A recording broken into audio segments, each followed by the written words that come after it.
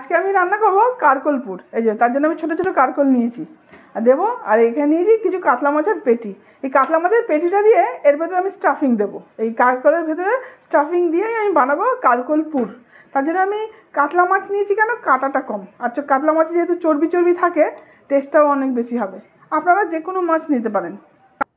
এই যে কাঁকরোলগুলো আমি এরকম আধখানা করে কেটে নিয়েছি। এবার এগুলোকে আমি 5 মিনিটের জন্য সেদ্ধ করে নেবো। দেবো আমি অল্প করে হলুদ আর অল্প করে নুন দিয়ে এটাকে 5 থেকে 6 মিনিট কি 7 মিনিট, এর বেশি সেদ্ধ হবে না, যাতে এগুলো ভেঙে না যায়, হালকা খালি একটু হালকা, যাতে আমি এগুলো বার করে ফেলতে পারি এমন নরম হবে।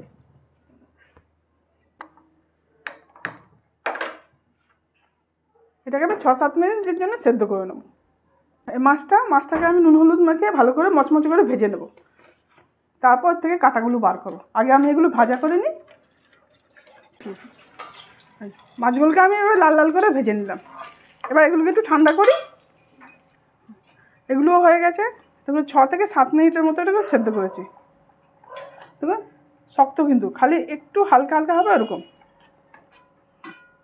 একটু ঠান্ডা হোক, তারপর আমি এগুলো ভালো করে চামচ দিয়ে বার করবো। এবার এগুলো ঠান্ডা হয়ে গেছে। এবার এগুলো থেকে আমি এগুলো এই চামচ দিয়ে এটাকে বার করবো আস্তে আস্তে।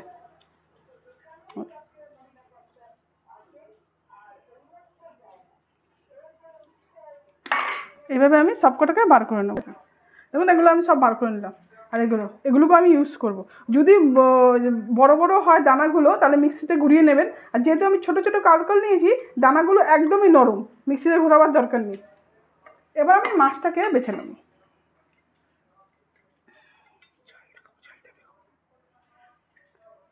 ছালটা ইউজ করলেও করতে পারেন, নাহলে ছাড়িয়ে আমি ছালটা রেখে দিলাম।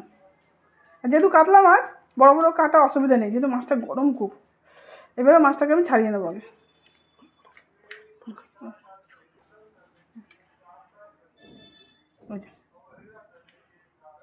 এই যে মাছের কাঁটাগুলো সব বার করে নিয়েছি, যদিও বড় বড় কাঁটা ছিল।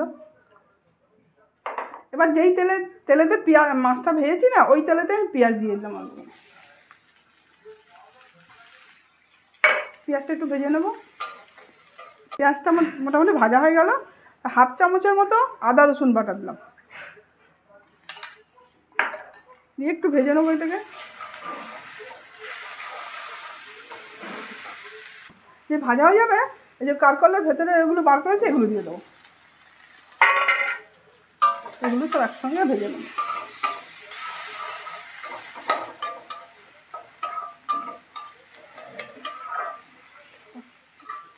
এবার দেবো আন্দাজ মতো হলুদ, দেবো লঙ্কা গুঁড়ো, দেবো নুনটা আপনারা বুঝে দেবেন, যেহেতু সেদ্ধর সময় দিয়েছি, মাছ ভাজাতেও নুন আছে, সেই বুঝে দেবেন।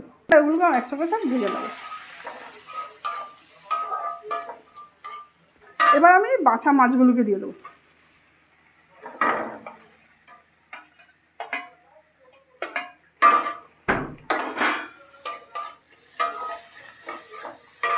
এবার দেবো কিছু কাঁচা লঙ্কা, ছোটো ছোটো করে কেটে রাখা কিছু কাঁচা লঙ্কা। ঝালটা আপনারা বুঝে দেবেন, কে কেমন ঝাল খাবেন।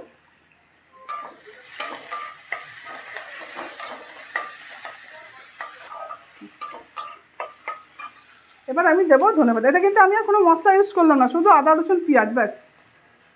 দেবো একটু বেশি করে ধনেপাতা দিয়ে দিলাম, ব্যাস।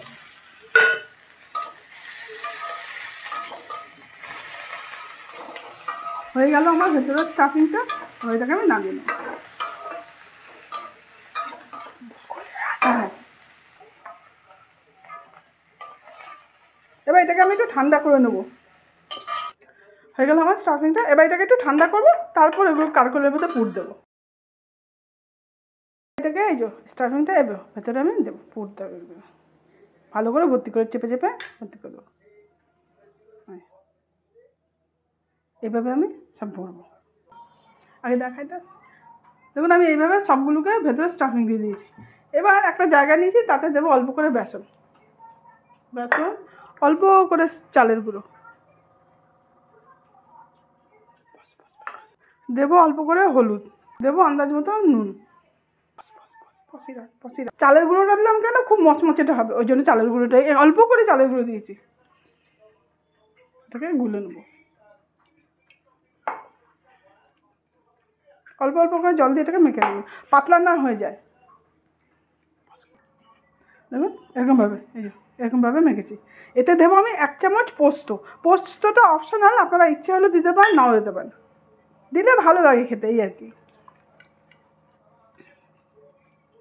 এবার একটা একটা তুলবো, এইভাবে ওপরটা কভার করে দেবো যাতে এটা মশলাটা বেরিয়ে না যায়, ব্যাস। আমি একটা কড়া বসিয়েছি, কড়াতে তেল দিয়েছি, তেলটা গরম হয়ে গেছে। এবার এগুলোকে আমি উল্টে উল্টে এমনি করে দিয়ে দিলাম। বেসনটা না পাতলা হয়ে যায়, খেয়াল করবেন, নাহলে মশলাগুলো সব বেরিয়ে যাবে।